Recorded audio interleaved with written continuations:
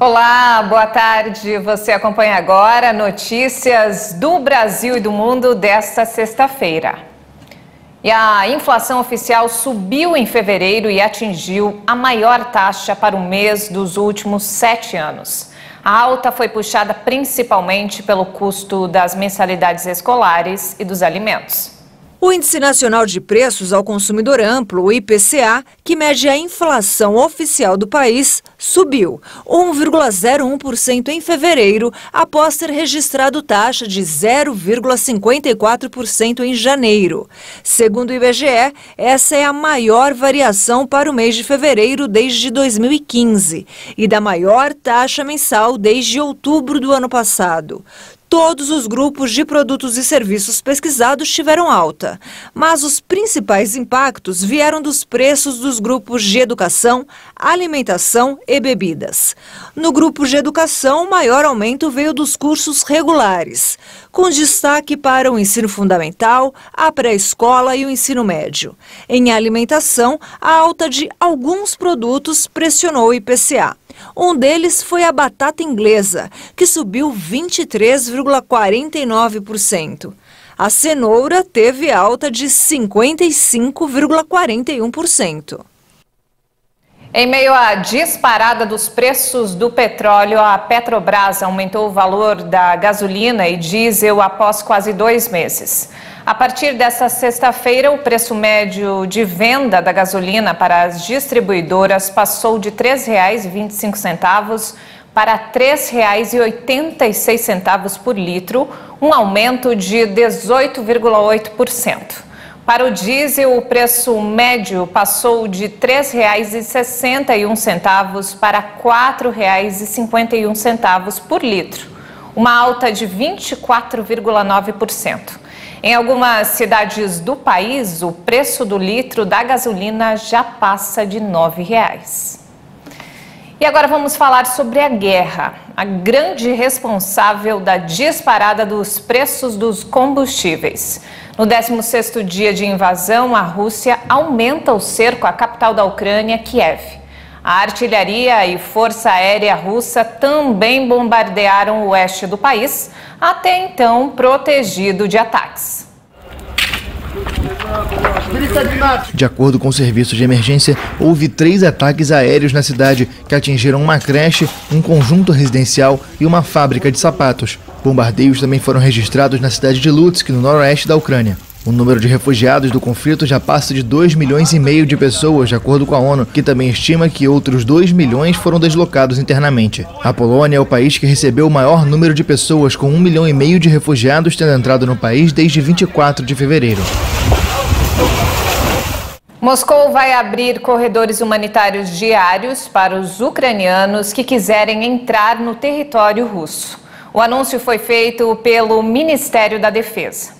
Enquanto isso, Kiev pede corredores que permitam a evacuação de civis dentro da Ucrânia. Segundo a ONU, o número de refugiados já passa de 2,5 milhões de pessoas. O alto funcionário do Ministério da Defesa Rússia, Mikhail Mizintsev, citado em um comunicado, anunciou oficialmente que os corredores humanitários para a Federação Russa agora serão abertos unilateralmente, sem coordenação, todos os dias, a partir das 10 horas. Ele informou ainda que os corredores que forem em outras direções serão negociados com a parte ucraniana. O comunicado ainda garante total segurança nos territórios controlados pelas Forças Armadas Russas e pede que o Comitê Internacional da Cruz Vermelha e as Nações Unidas trabalhem no terreno com autoridades ucranianas para informar a população sobre essa iniciativa. As autoridades russas informaram que Moscou já tinha evacuado mais de 187 mil pessoas para a Rússia. Um número que não pode ser verificado de forma independente. As retaliações à Rússia pela guerra na Ucrânia não param. O Reino Unido sancionou hoje 386 deputados russos por terem apoiado essa agressão militar. A iniciativa é uma punição a todos os legisladores que apoiaram a invasão ao território ucraniano. O Ministério das Relações Exteriores britânico disse que eles votaram em fevereiro para reconhecer as repúblicas separatistas de Lugansk e Donetsk, no leste da Ucrânia.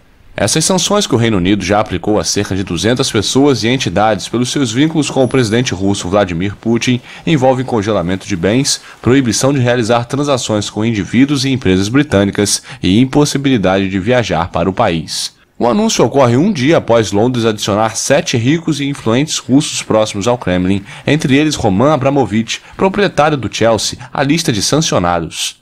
O governo britânico também disse que poderia apreender um apartamento de luxo comprado em dinheiro por uma jovem vinculada ao ministro das Relações Exteriores russo Sergei Lavrov, no marco de uma nova lei contra o dinheiro sujo.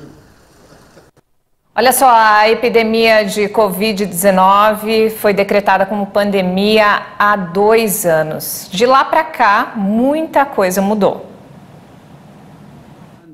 O termo pandemia não existe na classificação de etapas de uma epidemia da OMS, mas o uso provocou uma verdadeira conscientização sobre os perigos do novo coronavírus e o mundo se confinou. 2 anos e 6 milhões de mortes depois, a entidade afirma que havia alertado semanas antes, mas foi escutada por poucas pessoas. Em 30 de janeiro de 2020, a Agência Sanitária das Nações Unidas declarou que a situação era de emergência de saúde pública de alcance internacional, mas somente no anúncio de pandemia o mundo começou a agir.